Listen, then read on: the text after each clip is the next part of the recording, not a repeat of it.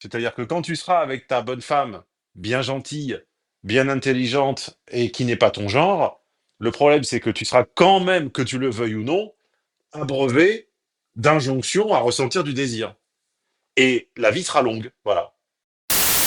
3, 2, 1, l'enregistrement a commencé. Je suis obligé de te demander que tu as bien compris qu'il y avait un enregistrement, que tu étais d'accord, et de choisir une durée inférieure à 99 ans, s'il te plaît. Je suis d'accord pour une durée de 10 ans. J'ai l'impression que tu as des oreillettes Bluetooth. Oui, c'est pour mieux t'entendre, mais tu m'entends mal? En fait, le Bluetooth dégrade énormément le son. Est-ce qu'il serait possible de faire sans? Ok, ça marche. C'est bon. Voilà, je propose qu'on laisse, je m'adresse au monteur, je propose qu'on laisse ce petit moment au montage qui permettra à tout le monde de voir la différence, enfin plutôt de voir la dégradation qu'inflige le Bluetooth au son. Ça n'a strictement rien à voir. On t'écoute te présenter. Comment m'as-tu connu? Es-tu VIP ou pas? Et avec qui as-tu préparé l'étude de cas? Alors, j'ai préparé l'étude de cas avec Théo. Je te connais depuis, on va dire, à peu près 3 4 ans. Sur YouTube, j'étais tombé sur une vidéoscopie au hasard. Et je suis VIP Premium depuis 2 mois. Ok, on rappelle que VIP Premium, c'est le niveau du milieu, et que le niveau du milieu, c'est 2 demi-journées de séminaire par mois, le podcast exclu, l'accès à la messagerie privée, l'accès à des études de cas et au préparateur 6 jours sur 7. On t'écoute. Donc voilà, moi je me présente, c'est Nathan. Et du coup, ma problématique, elle est relationnelle slash amoureuse. Et du coup, en fait, j'avais 2 questions par rapport à une fille que j'ai rencontrée il y a 6 mois de cela. Donc, la première question, ça va être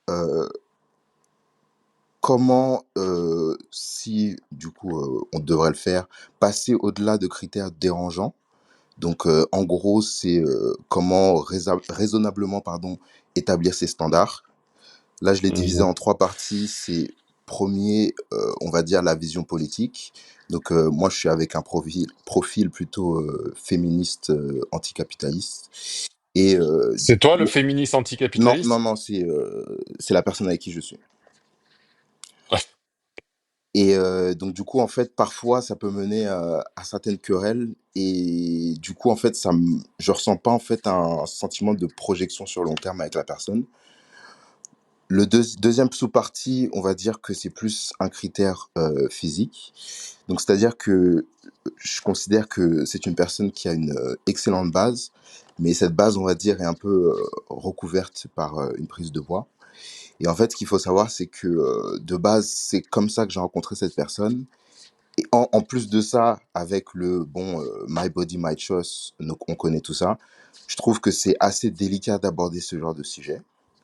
Et en fait, la troisième sous-partie, je dirais que j'ai commencé à être confronté euh, à plutôt une instabilité émotionnelle et des gros changements d'humeur qui étaient dus au cycle menstruel. Et en fait, je me demandais si, par affection pour la personne, j'étais capable de passer à côté. Et est-ce que du coup, je me retrouve en face de quelqu'un qui, on va dire,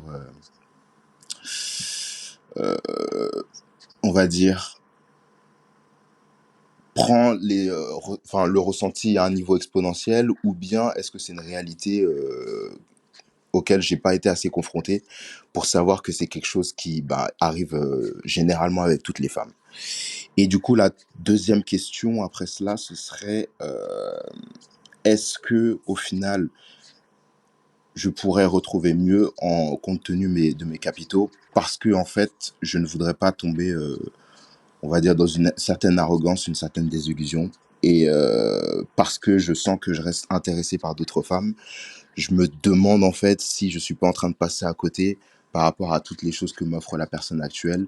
Et, et voilà, et pouvoir, entre guillemets, prendre le bon choix. Alors, ça fait beaucoup de questions d'un coup. Je vais te demander peut-être de les reprendre. Tu peux nous les résumer en une phrase, chacune? Ok, donc la première, c'est en gros, est-ce que En gros, j'ai des critères qui sont dérangeants et est-ce que je devrais passer outre? Est-ce que c'est des critères qui sont, on va dire, négligeables sur le long terme? Et donc le premier, c'était la vision politique, la deuxième, c'était un critère physique et le troisième, c'était dû au changement d'humeur et une instabilité émotionnelle.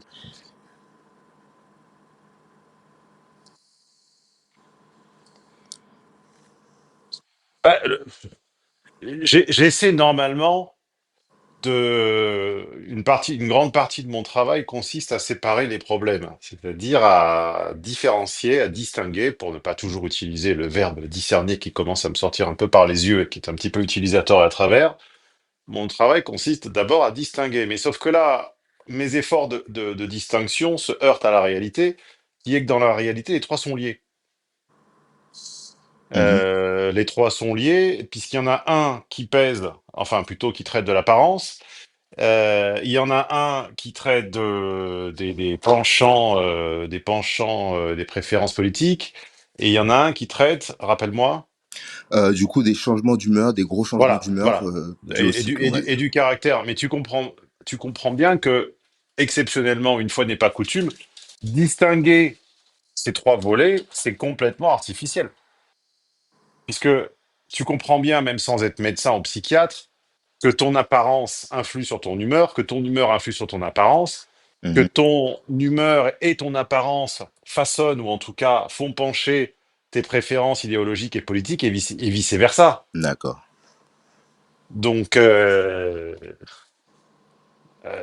pense que là doit prévaloir, c'est peut-être l'expérience qui me fait dire ça, ou c'est peut-être une intuition, ou c'est peut-être je sais pas quoi, mais j'ai quand même l'impression que il faut que je te réponde non pas en tant qu'ingénieur ou en tant que sociologue ou en tant que je sais pas quoi, mais en tant que personne de bon sens, et de te dire que le bon sens dicte qu'on est en train de parler d'une personne qui me semble pas être ton genre, et que tu es en train, pour le dire vulgairement, d'enculer les mouches, ou pour le dire de manière sophiste, d'avoir des discussions byzantines, c'est-à-dire des discussions spécieuses, des discussions qui mobilisent beaucoup de mots mais qui n'avancent pas grand-chose, pour essayer de trouver une manière de faire entrer un rond dans un carré. Autrement dit autrement, trouver une manière de considérer que cette nana soit toujours ton genre alors qu'elle n'est pas ton genre. Mhm. Cette femme ne me semble pas être ton genre, c'est pas une insulte d'ailleurs, c'est un fait. Cette femme ne me semble pas être ton genre.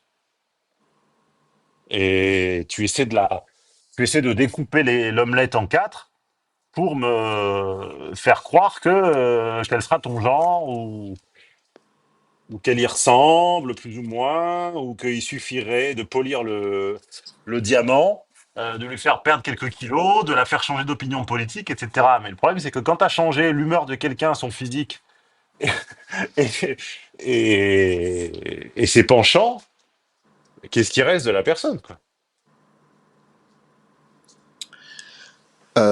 Écoute, un truc que je voulais ajouter, c'est que, je sais pas, j'avais l'impression de me rendre compte que lorsque je décrivais le problème, le fait que je commençais uniquement par les points négatifs, en fait, j'avais pas forcément l'impression de bien représenter la personne.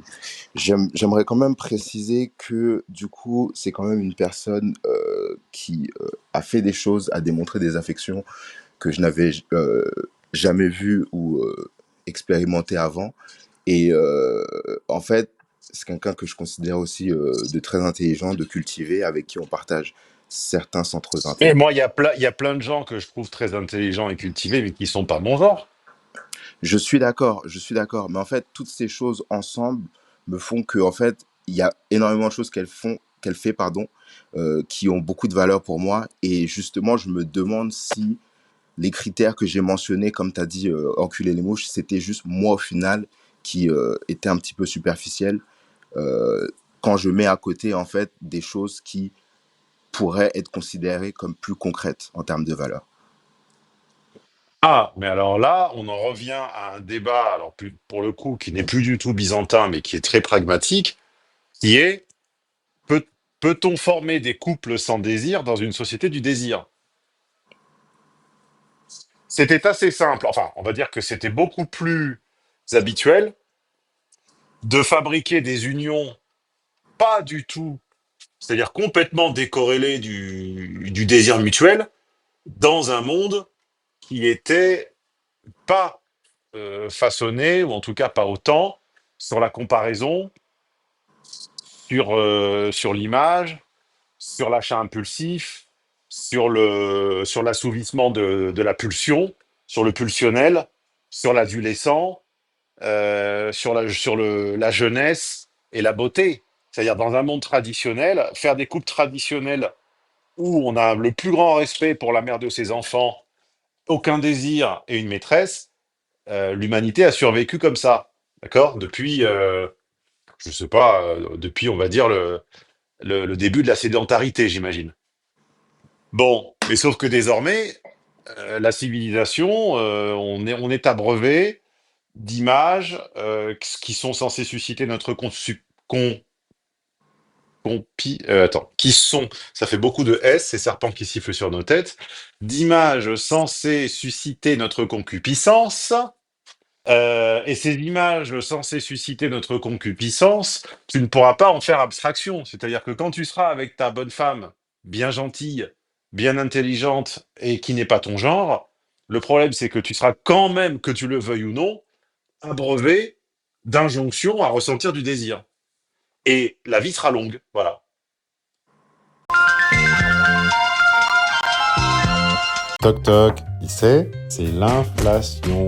Et oui, les enfants, je ne sais pas prédire l'avenir. Par contre, ce que je sais, c'est qu'on finira pas 2025 au tarif où on l'a commencé. Du moins, en ce qui concerne les abonnements VIP. Raison supplémentaire de monter à bord maintenant, parce que chez nous, quand on rentre à un tarif, on reste à ce tarif à vie. Et oui, et c'est pas le cas de toutes les sociétés, croyez-moi. Ça m'est arrivé à mes dépens à d'innombrables reprises d'être appâté par un tarif qui augmente 3, 6 mois, 1 an, voire 2 ans plus tard et qui n'a plus rien d'intéressant. Une fois qu'on a déjà mis toutes ces billes dedans, on se dit « Ah, on est un peu coincé ». Oh, c'est con ça! Eh ben non, fais à ton prochain ce que tu aurais aimé qu'il te fît. C'est ma règle. Chez nous, quand on rentre à un tarif intéressant, on reste à ce tarif intéressant jusqu'au bout. Raison de plus pour monter à bord maintenant, avant l'inflation. Il ne reste plus que quelques semaines.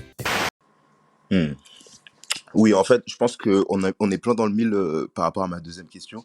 C'est-à-dire que justement, au fur et à mesure, je me rendais compte que voilà, dès que, on va dire, l'opportunité se présentait, je restais quand même intéressé par d'autres femmes. Et je me disais, en fait, je pense pas que ce soit normal, en fait, d'agir d'une telle manière si je devais avoir justement un grand niveau d'intérêt pour la personne. Je pense pas que ce serait un comportement, genre, du coup. Ben, ça dépend qui décrit la norme. Mhm, Si c'est la norme du mariage monogamique contemporain, enfin contemporain, on va dire, du mariage monogamique, on va dire du dernier siècle et demi.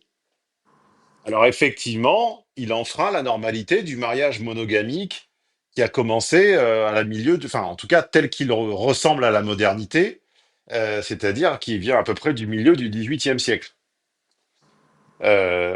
Puisqu'avant, de toute façon, ces préoccupations de rencontres multiples n'existaient pas, puisque 98% des foyers français et européens d'ailleurs étaient 97% je crois, étaient des agriculteurs qui croisaient à peu près 3 femmes dans leur vie et qui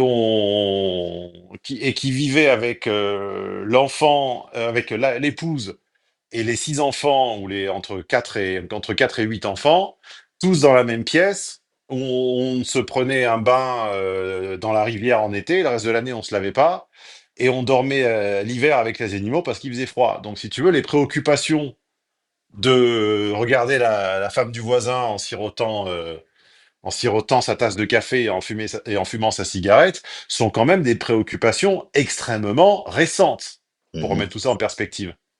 Hein.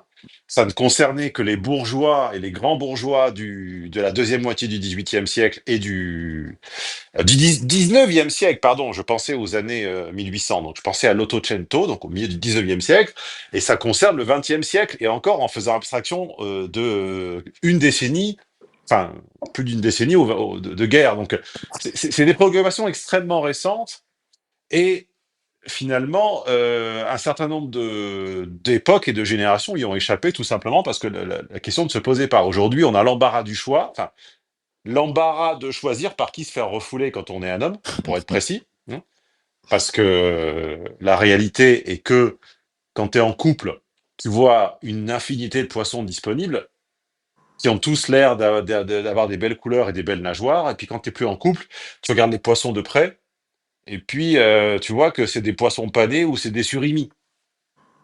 Mm. Donc si tu rejoins un certain nombre d'études de cas de personnes qui globalement refusent de se faire enregistrer, donc raison de plus pour te remercier d'avoir accepté l'enregistrement, qui sont des personnes catholiques pratiquantes et qui me demandent avec une certaine appréhension lovée au fond de la voix, comment ça se fait que leur compagne depuis 10 ans ou depuis 5 ans ou depuis l'enfance ou depuis la paroisse avec qui ils ont 2 enfants et avec qui ils s'apprêtent à en faire encore 2 autres, eh bien, comment ça se fait que la dernière fois qu'ils ont fait l'amour, la France était encore championne du monde de foot? Je leur dis: «Bah oui, mais c'est bien gentil, mais en excluant le désir de l'équation, bah, le problème c'est qu'il est parti, il est parti». C'est-à-dire qu'il y a un moment, il est extrêmement difficile, à moins de s'isoler géographiquement, et encore, ça veut dire s'isoler géographiquement, ça veut dire avoir une consommation d'Internet et de réseaux sociaux de type spartiate. Il est extrêmement difficile d'éviter l'injonction au désir, puisque comme l'a dit quelqu'un d'autre plus brillamment que moi et bien avant moi, la consommation tourne sur l'impulsion, l'envie de nouveau, l'envie de remplacement, une définition très, très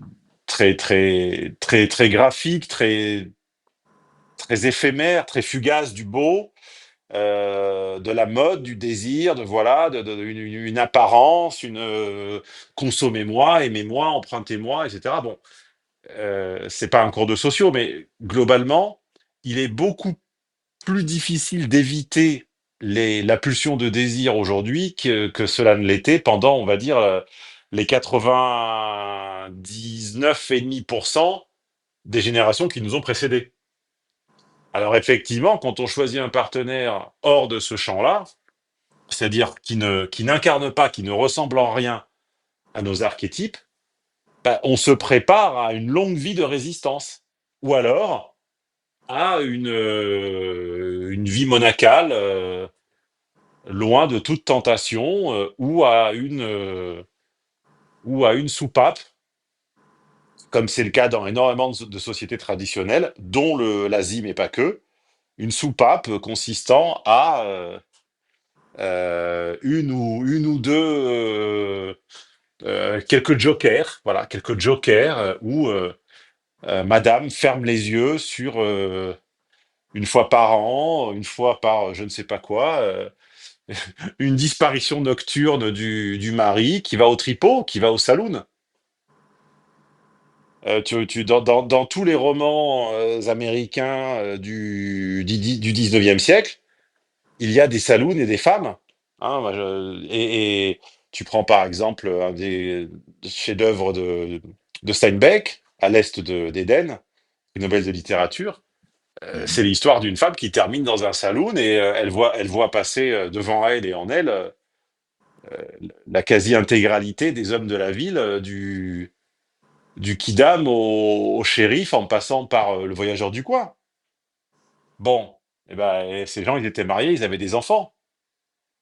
Donc la société a fonctionné comme ça. Voilà. Alors, ta situation, c'est comment vais-je gérer, comment je vais survivre avec une invitation à désirer le beau autour de moi, quand ma femme ne ressemble pas, quand je ne peux même pas me prétendre ou me raconter que ma femme incarne un petit peu de ces filles-là. La réponse est soit s'éloigner de toute injonction de toute invitation et rester bien loin de tout ça, soit ronger son frein pendant un certain temps, soit être complètement asexué. Je connais très peu d'hommes dans ce cas-là, mais j'en connais au moins un ou deux, c'est très rare. Soit s'offrir la liberté, s'offrir la liberté et d'aller purger un petit peu les passions, d'aller vidanger les passions régulièrement, comme le font des millions d'hommes en secret dans des, dans des établissements discrets, notamment dans le Benelux, hein. Hmm. Ça se passe au Luxembourg, ça se passe en Allemagne, ça se passe en Belgique. En France, c'est plus compliqué depuis l'abolition des maisons closes par... Comment s'appelait-elle cette dame il y avait un jeu de mots avec son nom, je me souviens plus. Euh, Bref, je retrouverai. Je l'avais étudié pour un article. La mémoire me fait défaut. Donc, tu me sembles être dans le cas de quelqu'un qui... Tu me sembles pas être dans le cas de la personne asexuée qui va ignorer les autres sollicitations. Alors après, Bah, en, en, c'est un pari à prendre, quoi, mais... en fait, le truc, c'est que du coup, j'ai écouté ce que tu me disais. Et c'est vrai que j'étais un petit peu dans cette philosophie à l'eau de rose où j'aimais bien me raconter que voilà, des critères tels que le physique ou ce genre de choses, je pouvais passer haute parce que j'avais envie d'attribuer plus de valeur à des choses qui me touchaient plus, on va dire. Et justement, en fait, ça me faisait un petit peu réfléchir, de me demander si je me confrontais pas un petit peu à mon hypocrisie, que de voir en fait que j'ai constamment, on va dire, un désir en fait juste pour des conquêtes sans valeur. Et le problème, c'est que malgré le fait que je sois conscient que c'est un petit peu une quête absolument vaine, je je sais pas en fait pourquoi, je sais pas, genre je me demande si c'est au final ma nature et que c'est des choses qui, bah, malgré que je ne l'aurais pas voulu en fait, restent que des deal breakers en fait.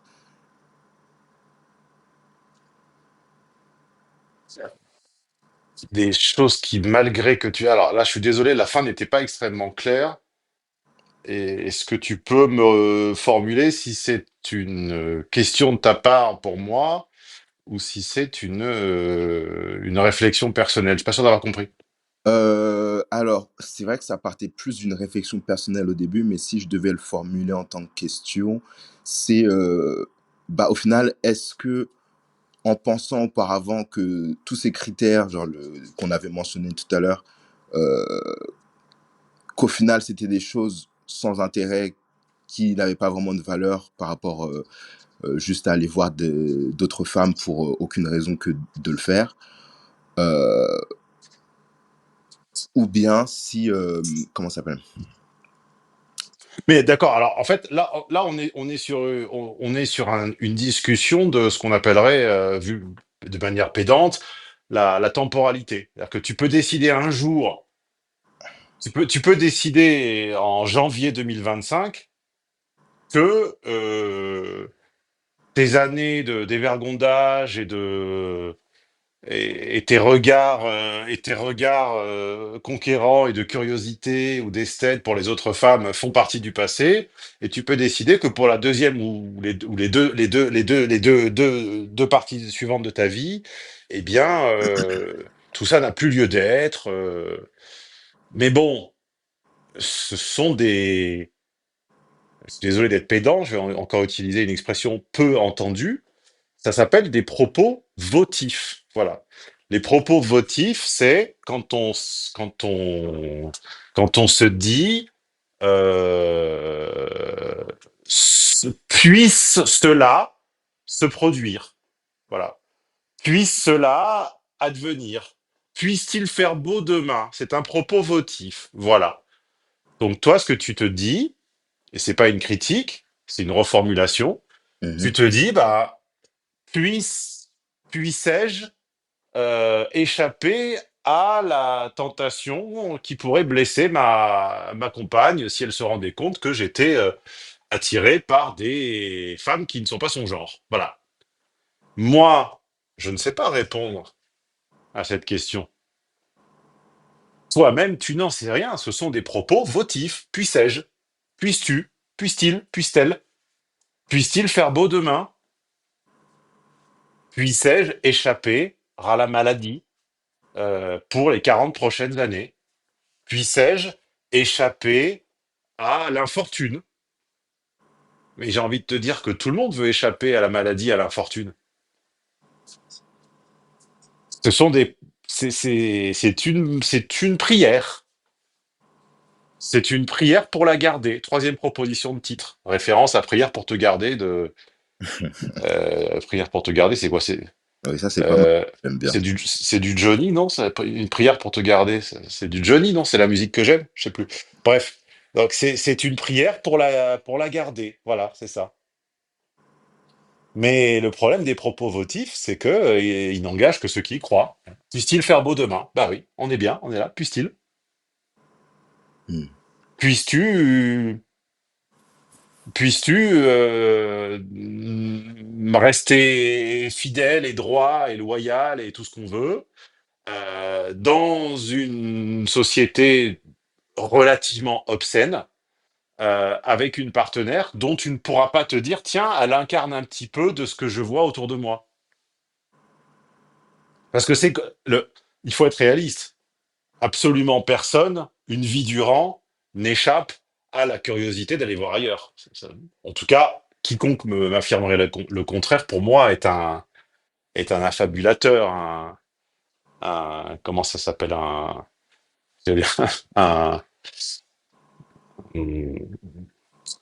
ah, pardon, je perds mes mots aujourd'hui. Voilà, ce serait une brochure commerciale, une promesse de vente, mais quelque chose qui ne correspond pas à la réalité. Évidemment qu'il y a forcément un jour ou l'autre où notre regard va s'attarder. Et ce qu'il faut, c'est que rentrant chez le sien, enfin euh, chez, chez celui à qui on a fait vœu de partager le reste de sa vie, avec qui on a fait vœu de partager, il faut qu'on se dise, eh ben effectivement, c'est pas l'autre que j'ai croisé tout à l'heure, mais elle en a un peu et elle a tellement d'autres choses en plus que voilà, j'ai pris la meilleure, tu vois. Sinon, Hmm. la vie va être très longue. La vie va être très très longue en fait, sinon. Oui, du coup, j'aimerais juste revenir sur un truc par rapport, bah, du coup, à ce que tu viens juste de dire. Et aussi par rapport au fait que, voilà, on vit dans une société, justement, d'hyperconsommation où on a du désir tout autour. Euh, C'était juste par rapport ouais, au fait que tu précisé que pour les hommes, c'est plus, bon, voilà, cette espèce de juste une opportunité de se faire recaler et tout. Et pour rester réaliste et prendre ça en compte, voilà, j'aimerais pas me retrouver dans une situation où je commence, on va dire, entre guillemets, à péter plus haut que mon cul et penser que je pourrais en retrouver une autre qui pourrait m'apporter la même chose comme ça. Et comment dire, je sais pas si, parce que moi, j'ai pas forcément trop de problèmes avec l'idée de se contenter, on va dire. Et je sais pas si je prends pas un risque alors que j'ai peut-être même pas en fait ce qu'il faut pour obtenir en fait la femme que j'aurais désirée à la place.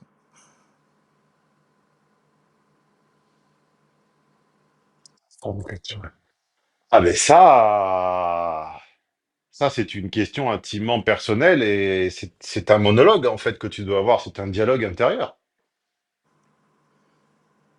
Après, tu sais, encore une fois, ça c'est une étude de cas qui s'appuie vraiment sur le bon sens populaire. Le bon sens, j'allais dire paysan, n'exagérons pas, mais en tout cas populaire, te dira que quand il y a un doute, il n'y a pas de doute. Reconnaître le bon, reconnaître la bonne, c'est censé être clair. C'est censé être clair. Si c'est pas clair, c'est qu'il y a un doute. Si c'est pas clair, c'est que c'est bizarre. Mhm. Donc, c'est pas sans, comment dire, en fait la recherche d'une perle, la recherche d'un bien qui sort de l'ordinaire. C'est quoi? Je dis un bien et c'est pas parce que je considère les femmes des objets, je dirais exactement la même chose d'un homme, hein. Donc, pas la peine de me faire toujours le même procès. Je connais la musique. Si tu étais une femme, je dirais exactement la même chose si tu cherchais le bon. En fait, les gens ont beaucoup de mal avec le ratio, la rationalité, parce qu'ils ont l'impression que raisonner sur des critères de recherche, c'est industrialiser, mécaniser, robotiser la recherche. Enfin, robotiser l'amour ou le sentiment.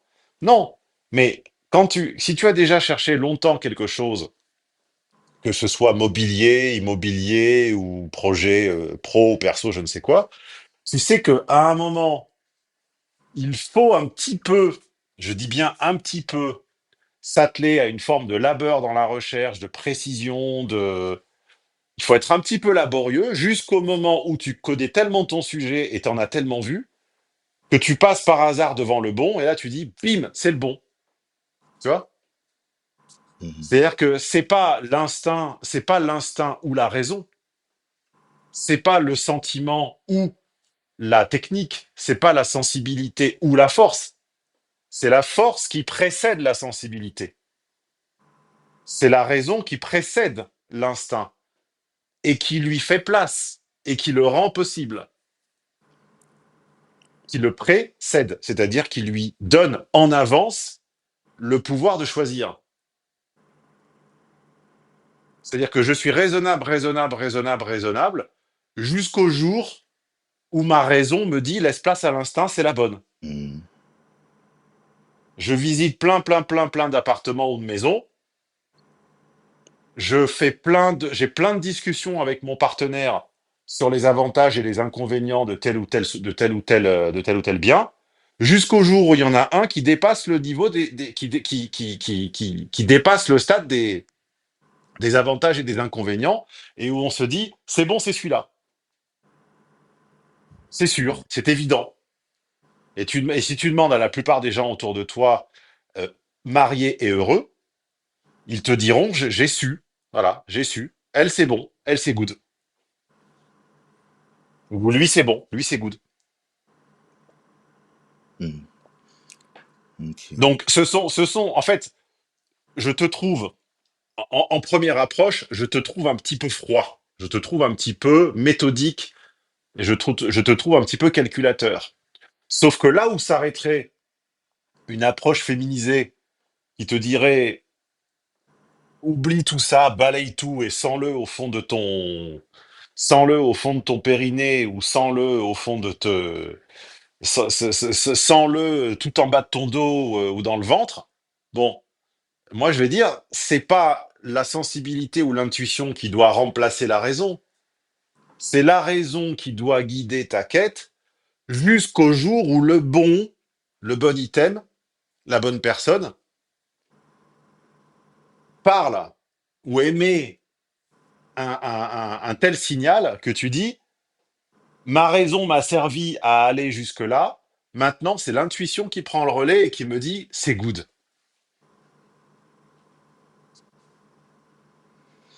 Donc en fait, le tu dois conserver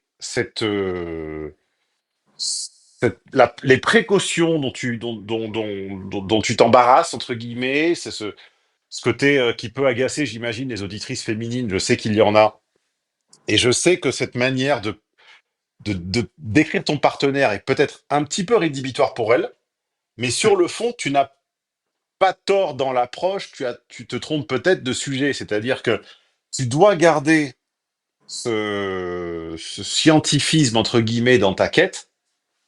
Par contre, tu dois plus écouter, et tu vois, c'est la raison pour laquelle je suis meilleur que les masculins et les féministes, chacun dans leur côté, c'est parce que je fais appel aux deux. Je fais appel à la raison et à l'intuition, aux cinq sens et au sixième sens. C'est qu'à un moment, il va falloir que ta raison fasse place nette, laisse place à un coup de cœur, un coup de foudre, une intuition, quelque chose qui te fasse dire c'est bon, c'est elle. Et je n'ai pas l'impression de l'entendre. Mais je ne t'encourage pas pour autant à tout effacer et à tout faire au hasard de manière arbitraire en écoutant l'air du temps. Je te dis, tu dois conserver cette approche jusqu'au jour où quelqu'un te fera dire ah, c'est bon, c'est ça. Mhm. Alors, juste une remarque, je voulais dire que oui, c'était très bien vu le fait que mon approche était un petit peu froide parce que effectivement c'est une remarque que j'ai beaucoup eue. Hem, mais juste, je voulais revenir sur le fait que en réalité, moi, bon, comment dire? J'aime pas trop me mettre dans des cases politiques, mais on va dire que j'ai quand même une grande, grande récurrence à me retrouver avec des femmes qui sont plutôt à gauche. Et la raison, c'est parce que, en fait, je partage pas mal d'idées de gauche, mais il y a quelque chose, quelques trucs qui sont très rédhibitoires et je me demande pas au final si, comment ça s'appelle? Du fait que ce soit une récurrence, est-ce que bah, au final, c'est un petit peu dans cette piscine-là que je dois piocher ou bien que je ne me trouve pas, en fait, dans les bons endroits, en fait, parce qu'en fait, je me souviens d'une étude de cas où tu avais dit que justement, il fallait, retrouver les personnes qu'on voulait, en fait, dans des endroits qu'on aimait et Oh, c'était pas une étude de cas, c'était mon premier livre. ah! OK, excuse-moi. L'homme idéal. OK, OK. Hem, Livre que j'avais en partie écrit dans un café à Paris mmh et café qui m'avait fait rencontrer de nombreuses personnes, dont des femmes. Et je ne comprenais pas à l'époque une des questions qui me revenait. C'était à la fameuse époque où j'ai fait du coaching, c'était il y a près de 20 ans. Donc les boulets qui me traitent toujours de coach 20 ans après, bah, ipso facto, vous avez 20 ans de retard. Et beaucoup des questions que je recevais en coaching, c'était mais je ne sais pas où trouver des gens qui me ressemblent ou des femmes qui me plaisent. Et en fait, cette question me semblait extrêmement étrangère, parce que pour moi, c'était évident que les gens qui te plaisent se trouvent dans les endroits qui, enfin, les gens qui te ressemblent se trouvent dans les endroits qui te ressemblent et les femmes qui te plaisent dans les endroits où t'aimes aller. Et je me suis rendu compte que pour l'immense majorité des gens, ça n'était pas le cas. Voilà. Et puis j'avais glissé ça dans un livre et c'est une des phrases qui est restée, alors que pour moi, elle me paraissait l'évidence. Voilà, petite parenthèse, mais qui ne répond pas du tout à ta question. Désolé. Non, non, non, mais oui, j'ai beaucoup aimé cette phrase, elle m'est restée en tête. Mais je sais pas, parce que j'ai l'impression que bah, dans les endroits que j'aime, je rencontre des femmes justement qui partagent les mêmes centres d'intérêt, mais à chaque fois, il y a toujours quelque chose qui est, ouais, qui me. Voilà, quoi. Donc, au final, est-ce que ça, c'est pas bah, dû à mes centres d'intérêt de base? Je sais pas. Mais bien sûr qu'il y aura toujours quelque chose. Mais si tu attends de rencontrer ton double parfait, non seulement tu vas attendre longtemps, mais tu seras très déçu. On n'est pas à la recherche de ton double.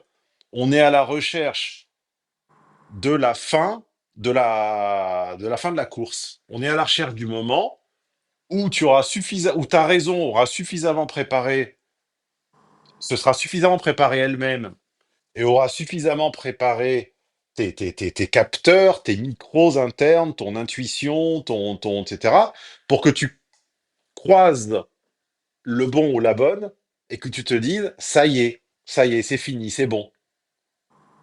C'est une. On attend une révélation intuitive, mais qui viendrait coiffer un long épisode de raison. Et c'est cette pensée duel auquel ont du mal à arriver les gens binaires qui sont tout l'un ou tout l'autre. Pour simplifier, Ouais, on va dire que ouais.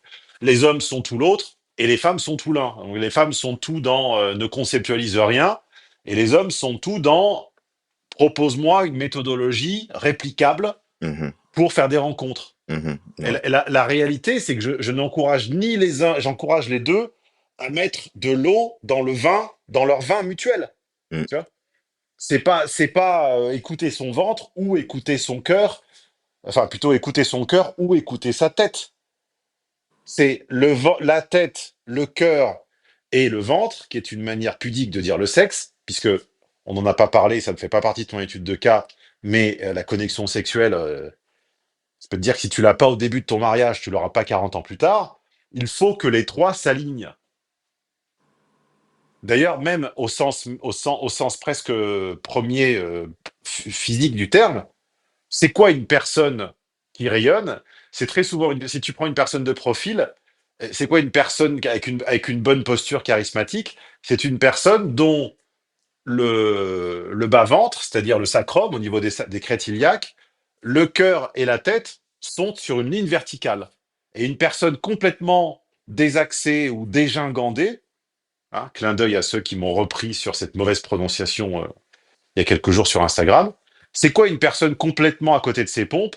C'est une personne où tu l'as en plan de coupe, en coupe de profil, le, le, l'esprit est 20 centimètres en avant du cœur, qui lui-même est 10 centimètres en arrière du sexe. Tu vois?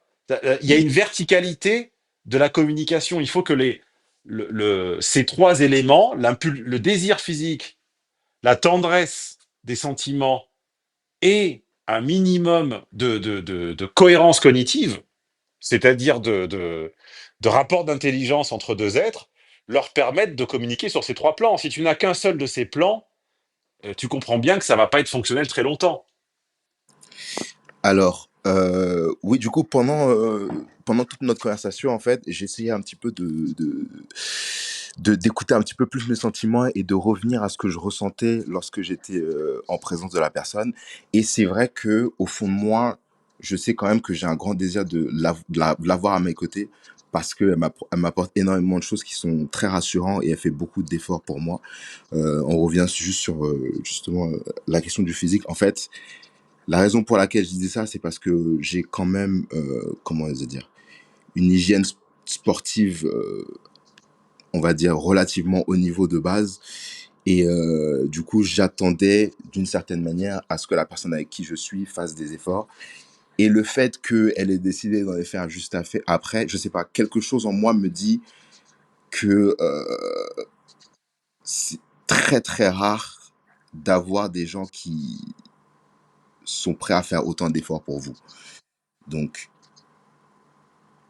en tout cas, ça, c'est ce que, quelque part, mon instinct me dit.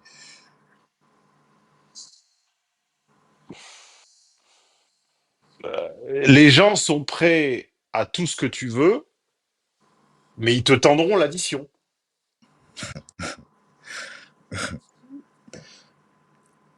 Mais ça, c'est une autre discussion et comme j'ai d'autres études de cas aujourd'hui, je te propose Pas de de, sou- l'avoir une autre fois. pas de souci. Ok. Ok. Voilà, je dois En filer, tout j'ai cas, d'autres clients à rappeler aujourd'hui. Un mot sur merci. les séminaires dont tu as bénéficié dans le cadre de ton abonnement VIP, un petit témoignage libre et spontané. Est-ce que d'abord tu peux confirmer qu'il est libre et spontané et que je ne t'ai pas demandé de dire du bien de mon travail? Non, je n'ai pas de pistolet sur la tempe. Je dis ça de mon bon vouloir. Oui, non, j'ai commencé à suivre. Donc, du coup, c'est vachement intéressant. Et encore une fois, bon, on ne le rappellera jamais assez, mais ça n'a rien à voir avec ce qu'on peut entendre justement dans les vidéos qui sont disponibles gratuitement sur Internet. Donc, j'encourage beaucoup les gens à faire le pas. Moi, c'était juste histoire de prendre le temps et de gagner un petit peu en capital, mais c'était quelque chose que j'avais prévu de faire depuis longtemps. Donc, et en tout cas, encore merci aux préparateurs et toutes les personnes qui s'occupent d'ajouter le contenu et de renseigner les gens. On te remercie et à bientôt. Merci à toi. À bientôt. Je t'en prie, toi aussi, passe une bonne semaine. Ouais, ciao, ciao. Elle t'a plu l'étude de cas de la semaine? Elle t'a fait voir les relations hommes-femmes ou amicales ou professionnelles d'une autre manière? Merci d'être là, merci de l'attention que tu portes à ces contenus. Tu as au mieux du mieux du mieux 20% de l'information. Vous ne remonterez pas et vous n'inventerez pas l'essence des séminaires jusqu'à la machine à penser en étudiant simplement les études de cas. Pourquoi? Parce que mon système, il est pensé ainsi que les informations des séminaires. C'est comme ce qu'on fait à Vegas, ça a lieu pendant les séminaires et ça n'est que dans les enregistrements des séminaires. Coup de bol, ils sont disponibles en archive sur mon site au téléchargement immédiat, à la journée ou à la demi-journée. Et si vous ne pouviez pas tout acheter d'un coup, ce que je comprends parfaitement, vous avez même la possibilité de les mettre dans votre wishlist et d'investir au fur et à mesure, à commencer tout simplement par une demi-journée. Et si tu fais partie des gens entiers, des gens qui n'aiment pas faire les choses à moitié, je te présente l'abonnement VIP. Je te laisse découvrir les bénéfices que ça offre, l'accès à tonton Stéphane, à Nono, à ses préparateurs, à une plateforme de discussion avec les autres VIP, à un podcast exclusif, à des réductions. Bref, vous pouvez continuer de vous leurrer ou déchirer le voile et passer du côté de la réalité. C'est vous qui voyez.